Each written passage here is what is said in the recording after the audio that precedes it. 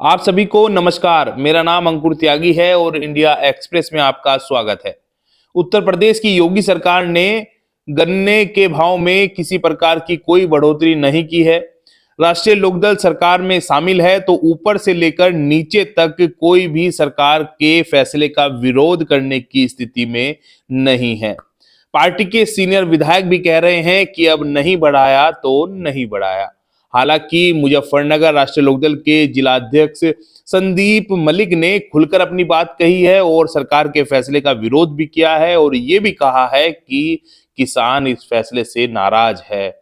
खैर, इस बीच देश के बड़े किसान नेता और भारतीय किसान यूनियन के राष्ट्रीय प्रवक्ता राकेश टिकैत ने जयंत चौधरी, जो अब मोदी सरकार में केंद्रीय राज्य मंत्री हैं और राष्ट्रीय लोकदल के मुखिया तो हैं ही, उन पर बड़ा जुबानी वार किया है। हालांकि राकेश टिकैत ने किसी का नाम तो नहीं लिया, लेकिन अपने चिर परिचित अंदाज में यह साफ कर दिया कि वो ये टिप्पणियां किन बड़े आदमी पर कर रहे हैं।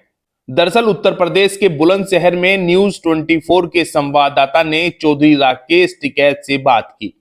संवाददाता किसानों की तमाम समस्याओं जैसे गन्ने का भाव न बढ़ना, किसानों को फसलों की एमएसपी गारंटी न मिलने पर सवाल कर रहे थे। किसान नेता राकेश टिकैत ने अपने चिर परिचित अंदाज में कहा कि जो लोग आंदोलन में शामिल रहते थे वे अब सरकार में शामिल हैं।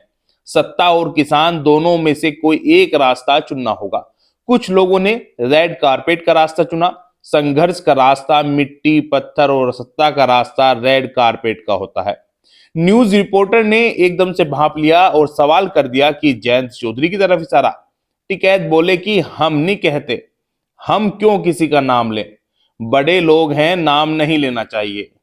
राकेश टिकैत ने आगे कहा कि जब तक कोई पार्टी और आदमी सत्ता में नहीं होता तब गांव, गरीब, किसान, आदिवासी बहुत बढ़िया लगते हैं और सरकार खराब लगती है, लेकिन सत्ता में शामिल होते ही आम लोग खराब और सरकार बढ़िया हो जाती है। विपक्ष पर बात करते हुए राकेश टिकैत ने यह भी कहा कि हरियाणा में कांग्रेस किसी को नहीं घुसने देना चाहती थी। अगर विपक्ष को अपनी जान बचानी है तो जहां जिसकी सत्ता है वह वहां 80% सीटों पर लड़े, बाकी सहयोगी 20% सीटों पर लड़े, तभी विपक्ष जिंदा रह सकता है। वरना देश में 5-7 राज्य में इनकी सरकार है वो भी गवा देंगे। दरअसल राहुल गांधी ने मायावती पर बीजेपी को फायदा पहुंचाने का आरोप लगाते हुए कहा था कि अगर बीएसपी इंडिया गठबंधन में होती तो पिछले साल के चुनावों में एनडीए की जीत नहीं होती। राहुल गांधी के बयान पर टिकैत प्रतिक्रिया दे रहे थे।